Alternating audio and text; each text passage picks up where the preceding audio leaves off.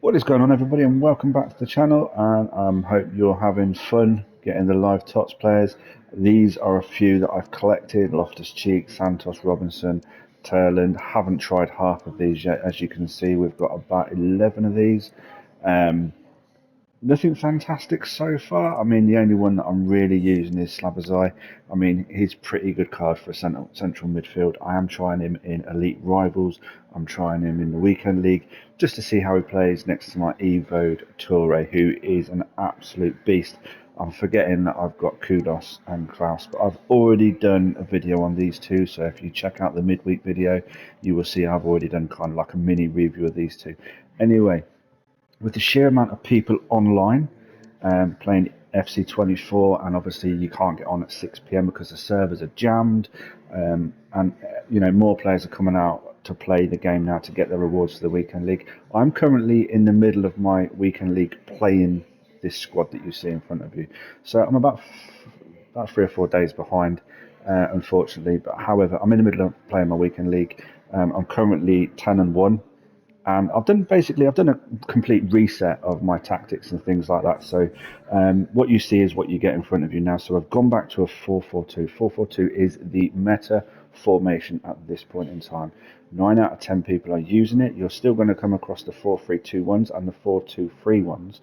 However, the 4-4-2 seems to edge those two at this point in time, as we're speaking right here, right now. So just bear that in mind, guys. So this is the formation I'm rocking. These are the players I'm using in the weekend leagues. Like I say, I'm currently 10-1. It's going really, really well, and yeah, I'm not conceding many goals with this formation even, and I will show you why.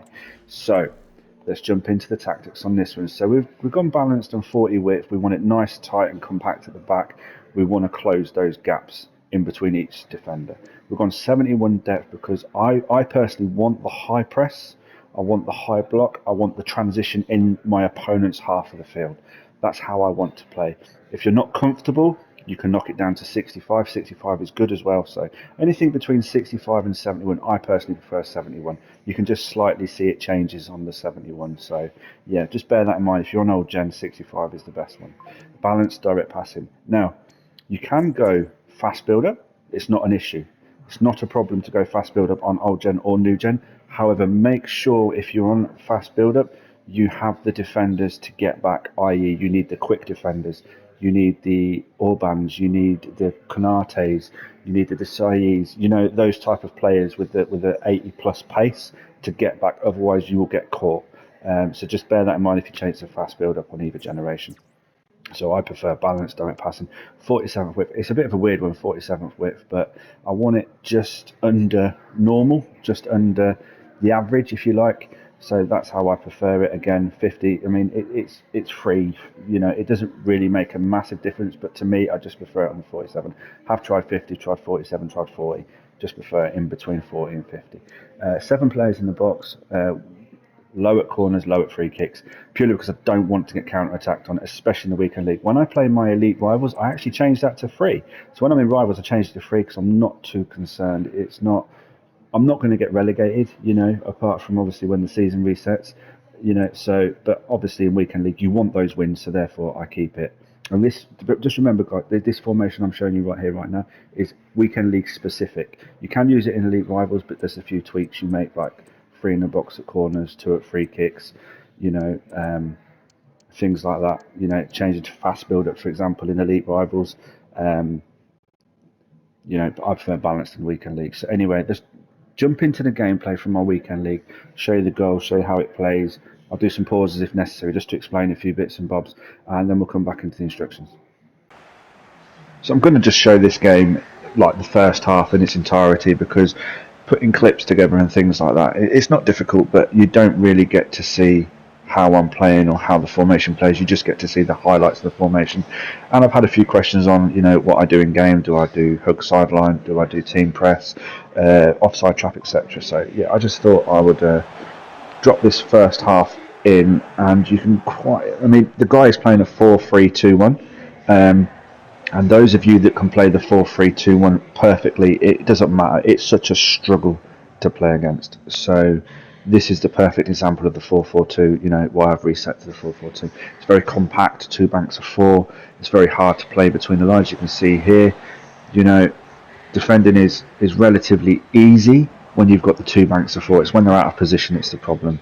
And obviously, you know, you can see how high he's playing, how much he's trying to press me with the 4-3-2-1, and it is so difficult to play against.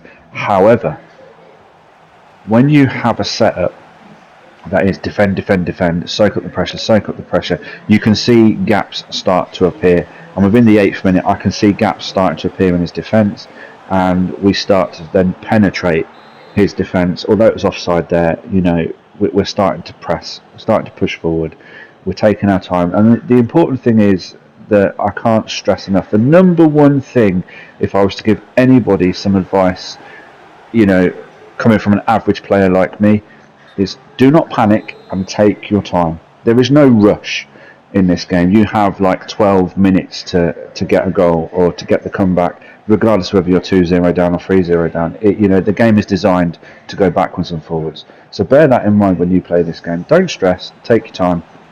And, you know, in situations, you know, you find yourself here where you're defended, you know, I'm just taking my time, I'm playing it out, back to front, getting it to my striker, waiting for everybody to get back in position, waiting for the two banks of four, you know, getting the ball forward, and then I'm in his half. You know, ultimately, I want him to panic, I want him to struggle, I want him to come out of position. I don't want to get out of position, and the best way to do that is just chill. Just chill. Take your time, don't rush. You can see the offside trap there is a natural offside trap from a 71 depth. So I don't really have to do anything with the D-pad. I don't have to change anything. The switch is always on as well with the 4-4-2 because it's naturally wide. And you can go from left to right quite easily, right to left quite easily, pull them out of position, especially when they play the narrow 4-3-2-1 formations. You can just pull them about. And like I say, I've said it hundreds of times before in all of my videos, you're going to concede. It doesn't matter what we do, how well we play, 9 times out of 10 you're going to concede a goal. So the whole point of the formations and the way we set these up is you can outscore your opponent and you can kind of hold a lead if you need to. Now you can see here he gets through with that pass, you know, that cut back, but we're ready for it. We know it's coming. You can see again how high he is. He's in my half. We're having to work a little bit harder. You know, we're having to use a few tricks like the knock-on runs and things like that, a bit of skill. Usually Kudos in that position is pretty good, but again, this guy knows how to play the 4-3-2-1. His goalkeeper is his last line of defence, and he will have him a sweeper keeper manually. So again, it's reading your opponent, watching the radar. 3D radar is perfect, but here we get through his leaky defence, and boom, we're 1-0 up. Yes, it's taken till like the 26th, 27th minute to get that goal, but we've got the goal. So we'll move on. We've skipped a little bit. We're almost at half time. Again, we're nice and compact, 4-4-2. We're taking our time. There's no need for us to rush. We're 1-0 up at this point. So he's the one that needs to rush. A stupid pass there. Luckily enough, we win the ball back. Again, you can see we're nice and tight. Two banks of four. Spread the ball out wide. You're going to have to do your 1-2s just to get a little bit of space, especially against a good player like this.